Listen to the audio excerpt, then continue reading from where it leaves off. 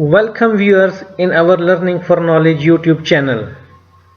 Today we will describe about the ultrafiltration, which is a very important and latest and modern technique used in water treatment and different separation sciences based on membrane.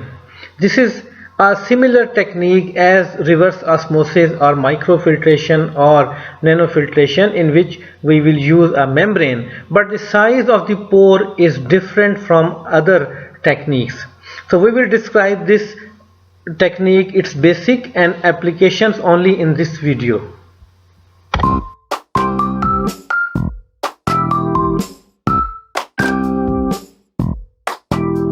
What is ultrafiltration?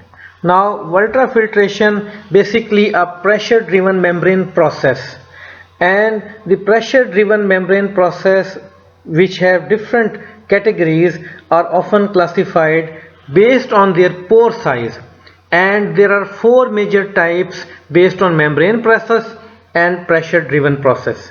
Number one is microfiltration, which is abbreviated by MF, ultrafiltration UF, which will be described in this video, nanofiltration NF, and reverse osmosis, which is RO. So typical pressure ranges for these processes are given in this table. You can see that if we move from microfiltration to reverse osmosis process, the pressure ranges, which is given in the second column, that is start from a very low pressure of 5 to 45 psi, and then if we move towards higher side, reverse osmosis, its pressure is increased up to 150. And similarly, the pore sizes in microfiltration is greater, which is around 0.1 to 10 micron, and in reverse osmosis it's around 5 angstrom or 0.5 nanometer. So you can see that as the pressure increases, now the pore size decreases, or vice versa. As the pore size decreases, we have to increase the pressure, and this is basically the pressure driven membrane processes.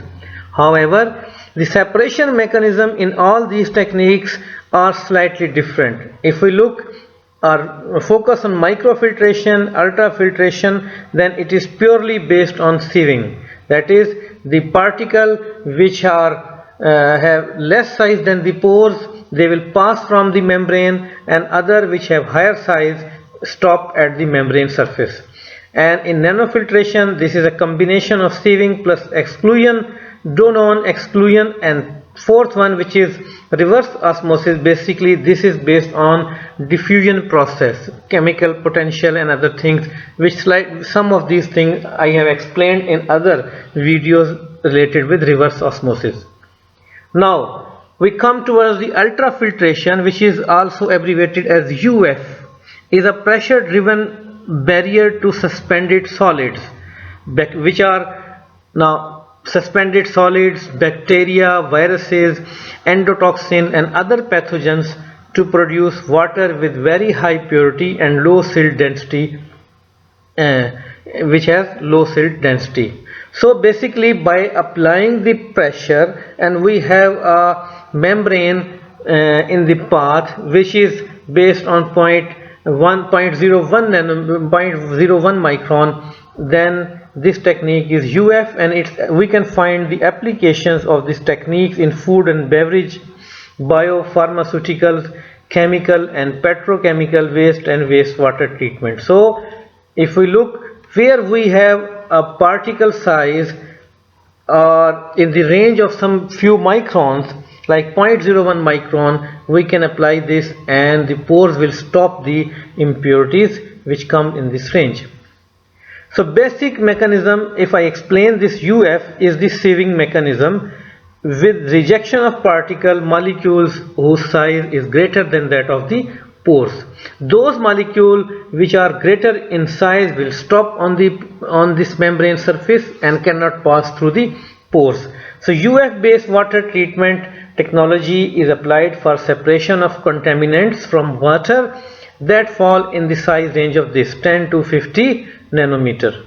So all suspended solids, pathogen, viruses and other impurities within this range can be very efficiently removed from water by applying a moderate operating pressure of 7 to 100 psi depending upon the impurities. So membranes for UF are commonly asymmetric and more porous and usually rated by a molecular weight cutoff, which is abbreviated by MWCO, molecular weight cutoff. The maximum molecular weight of the compound that will pass through the membrane pores into the permeate stream. So whenever we you can say categorize or give the properties of UF, then basically it is quoted that this much size or maximum this much size of the particle or impurities or molecules will be stopped on the surface of the membrane. So abbreviated by MWCO. Now this is from this figure you can see that in microfiltration approximately 0.5 micron pore size, the particle which will be stopped are sediment, algae, protozoa, bacteria of this size. So these particles will stop and remaining will be passed. Now after microfiltration we have ultrafiltration and the pore size is 0.01 micron, and small colloidal viruses and other bacteria of smaller size will stop on the surface and rest of the dissolved solids will pass through this. This is another way of looking towards ultrafiltration, that water, salts, dissolved organics will pass from this membrane. However, bacteria, molecular, macromolecular organics, particles and silt who have a size of greater than 0.01 micron, they will be stopped on the surface of this ultrafiltration. Now if we want to select a membrane, then what we need to understand, we have to look on what type of parameters.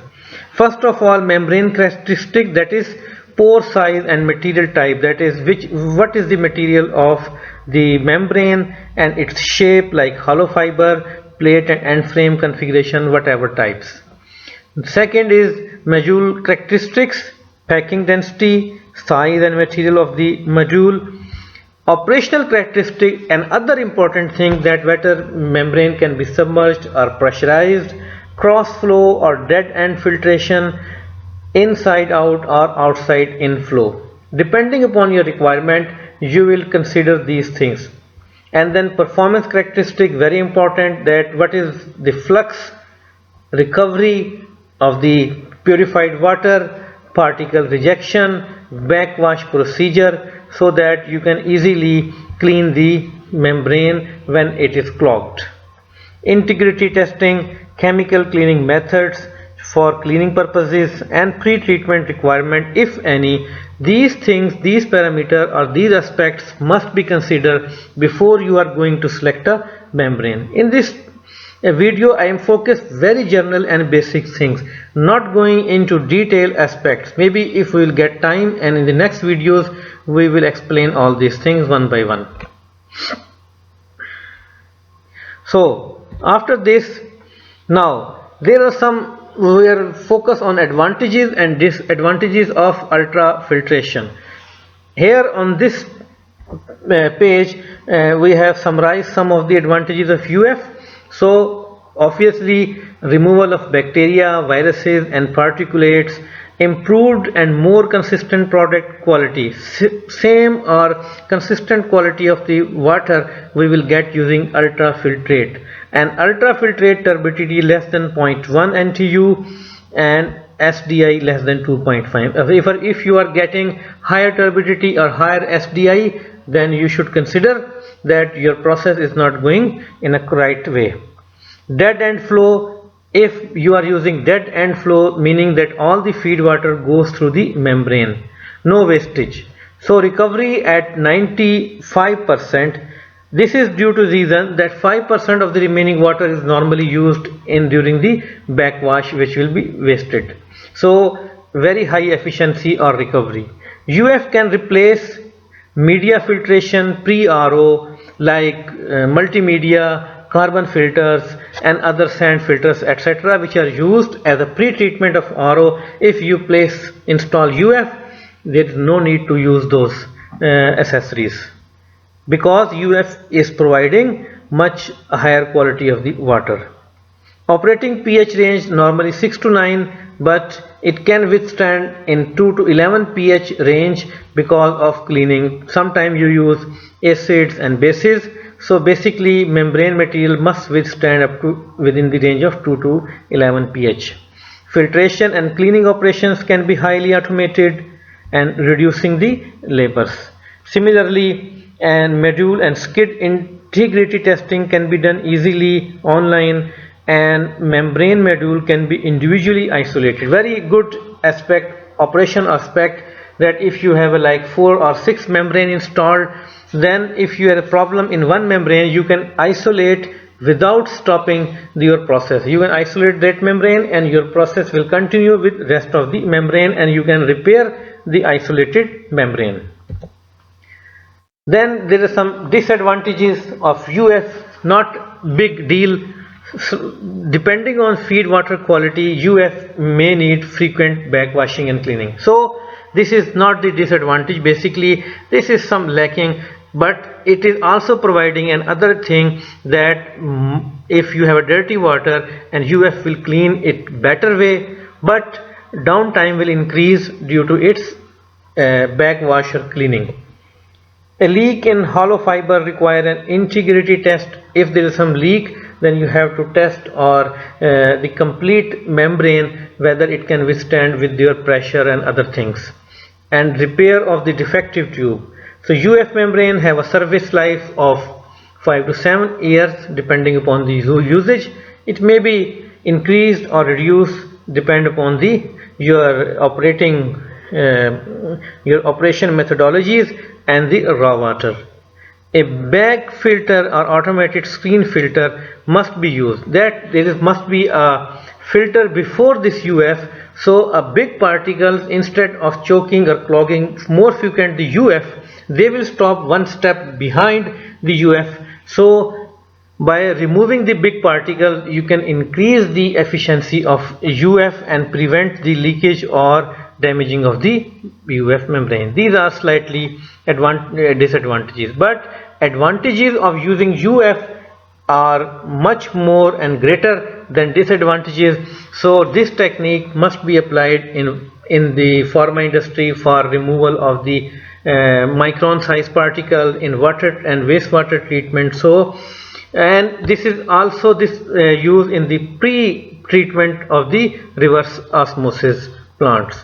So this is about basics and disadvantages of ultrafiltration. I hope you like this, and we will provide you some more knowledgeable videos in the future. Thank you very much.